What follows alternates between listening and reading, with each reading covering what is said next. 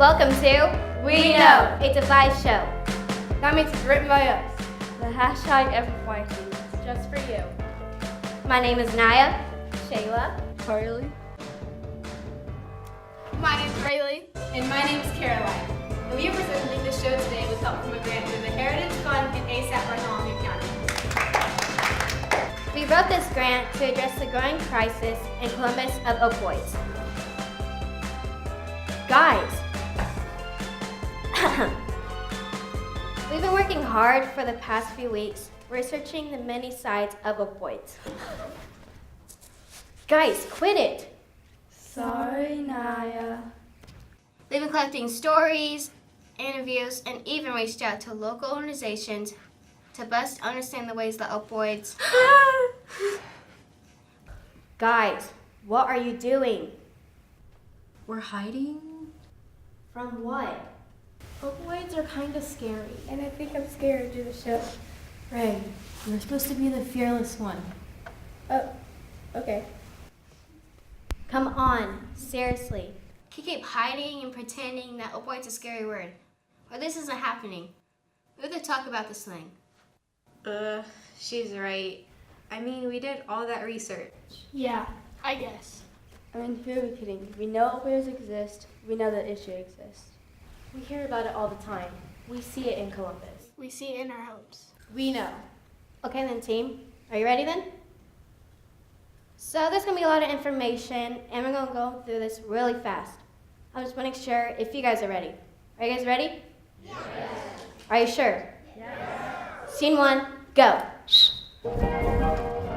To start with, we need to research the ways that opioids work in our brain. What are they actually? Take little Susie here strolling down the street. Hello. Hi, Susie. If she were to trip and fall over, Freeze. She might break her arm. Unfreeze. Ow. this is the pain sensor in her arm. Her job is to tell the brain when something is wrong. Something is wrong. Something is very, very wrong. Freeze. The brain sends back endorphins in response. The endorphin's job is to slow down the pain message so that Susie doesn't panic. Unfreeze. Something is wrong. Something is very, very wrong. Hey, you need to relax. You will be okay. Something's wrong. But it's gonna be This okay. is time for Susie to get help. To get to a hospital. Eventually, those endorphins run out and Susie can feel all that pain again. Ouch, that really hurt. The doctor gives Susie medicine, a pain reliever in the form of opioids. The opioids look a lot like endorphins, so they can act on the same receptors. This helps a lot. Hey, you need to relax. It's okay. Okay. But that's not all opioids do. They also act on another part of the brain, the ventral tegmental area, or VTA. The VTA is responsible for making and releasing dopamine. Dopamine is what makes you feel good. It's the chemical that makes you happy. A special type of blocking neuron decides when to allow dopamine into the brain. This way we can feel good when something happy happens. Like eating cake. Opioids act on this neuron, making their job harder.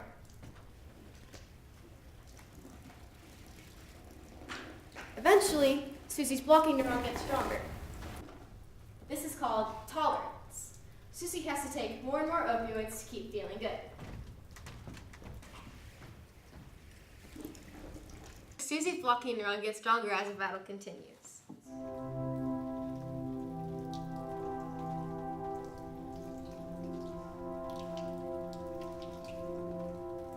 Eventually, Susie gets to the end of the prescription for the pain in her arm, and so no more opioids go to the brain.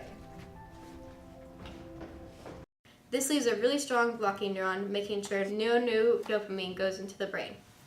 This means that Susie gets no new brain chemicals to feel good. She gets depressed. Maybe even the pain comes back. This is called withdrawal. For some people, this can feel like the flu, but much worse. Some people even died of the withdrawal symptoms. The only way to stop this feeling is to take more opioids. And this is how addiction begins.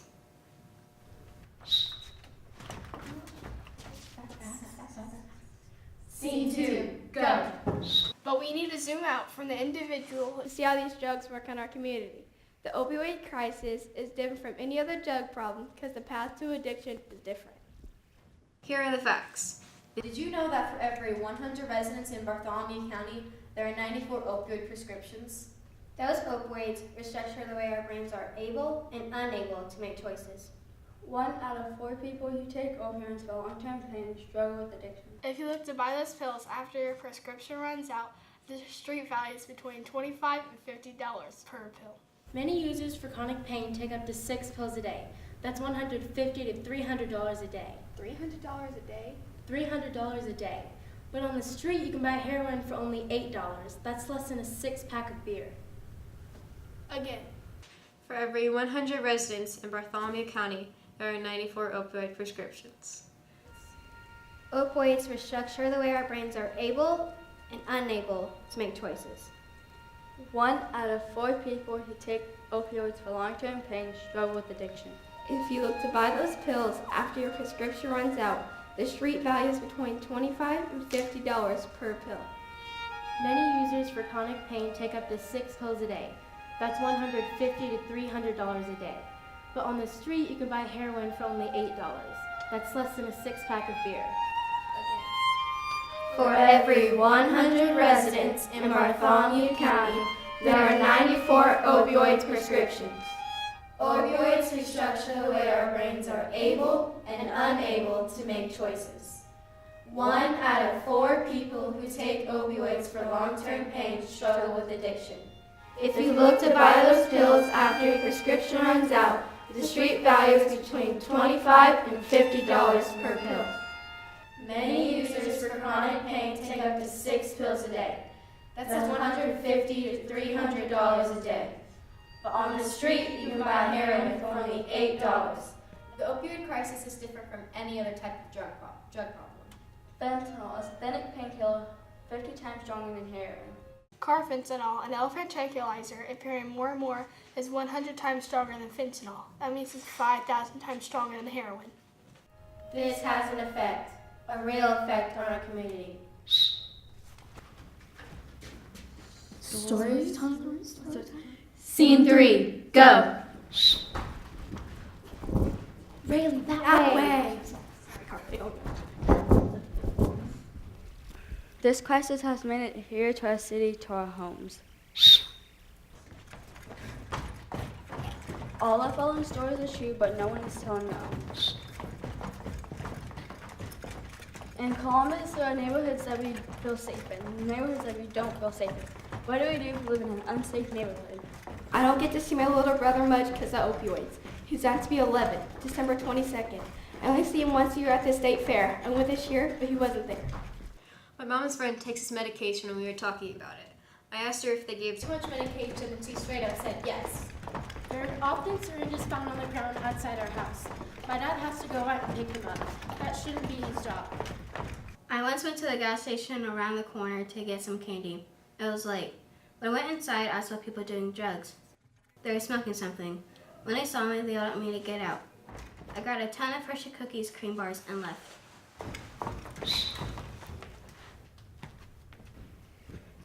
At my grandma's house, there's a house that don't have a front door. Instead, it's a couch sit on its side and pushed against the frame so no one can get in. I know they overdosed before because the ambulance have came to give them Narcan. What scares me is they have a dog that lives in their backyard that eats the trash. I've seen drug bags in the trash before and I'm scared the dog will overdose.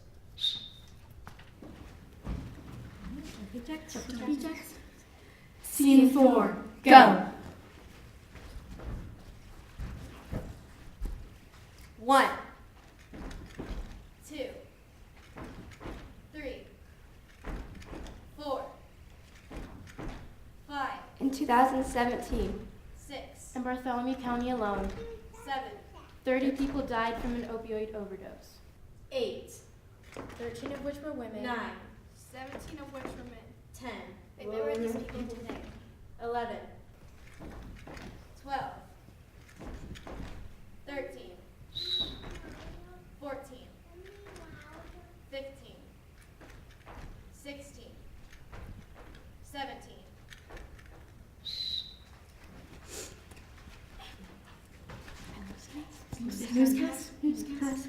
Scene 5, go.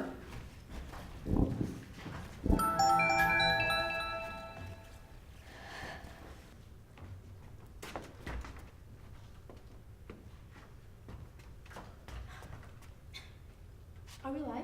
Mm-hmm. Well, why didn't you tell me? Good evening, my name is Shayla and we're coming at you live on location.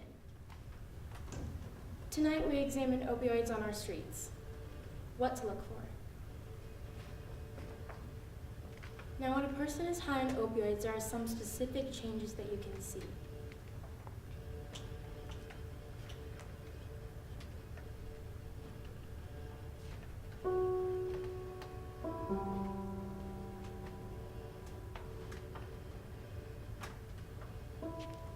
A person's face will flush red. Their pupils will constrict, shrinking to a pinpoint. And their breathing will slow.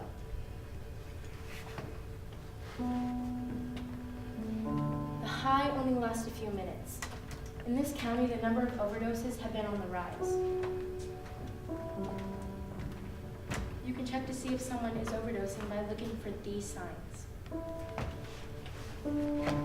Their lips and nails turn blue. Their pulse weakens. They lose consciousness. Overdoses can occur for many reasons. Some happen because a person simply takes too much of a substance. If a person has been off drugs for a while, their usual dose can cause an overdose. More and more users take heavier synthetics like fentanyl without knowing how much stronger they are.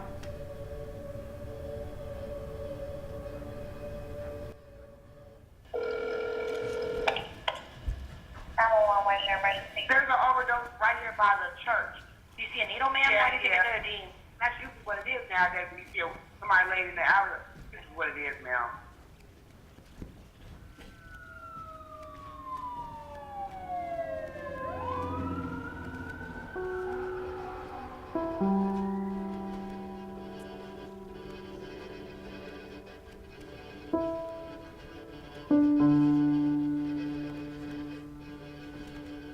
First aid responders administer Narcan, a brand of naloxone. If there are no opioids present, the Narcan will have no effect.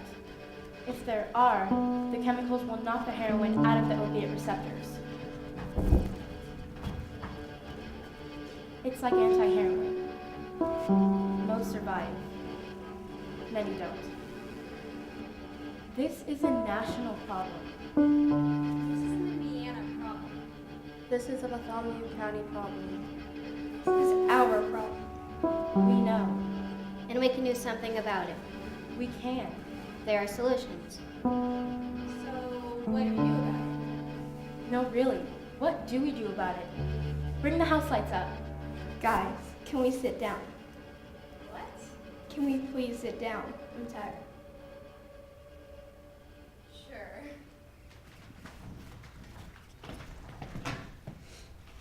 See? No, guys. Let's have some real talk. We're hopeful. There are treatments that we know that work. Treatments that address the mental and physical health. Evidence-based says that the best treatments combine medication and therapies. In fact, Kenton County Jail in Kentucky announced last week that they're starting a 90-day treatment program with therapy, medication, and even job training. It's already building hope.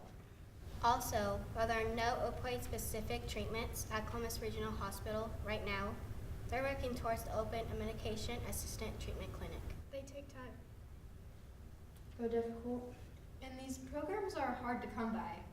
But most of all, these programs are expensive. The one in Kentucky is already up to $2 million.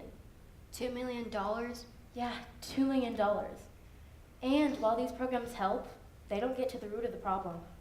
If we're talking about money, we need to be funding hope. Yeah. But we don't have a choice. These are our friends. Our families. And for us, losing hope is not an option. So, fund hope. But we know that money doesn't fix that. So what do? We can't solve this problem in 6 minutes. We can't wrap up this conversation in a 40-minute show. Of course not. This solution isn't that easy, but we have hope. We are starting a conversation. And to solve this problem, you're going to have to continue this conversation. At home, At the dinner table. At the office. At your school? We are hopeful. We're hopeful because we're sitting in this room talking about this right now and sharing our understanding. And it's great practice for the real world. So go, talk, and listen some more. Either way, continue this conversation. We know there is a problem, and it's a big problem. We also know we can do something about it. You, us, all of us. We can. Join us.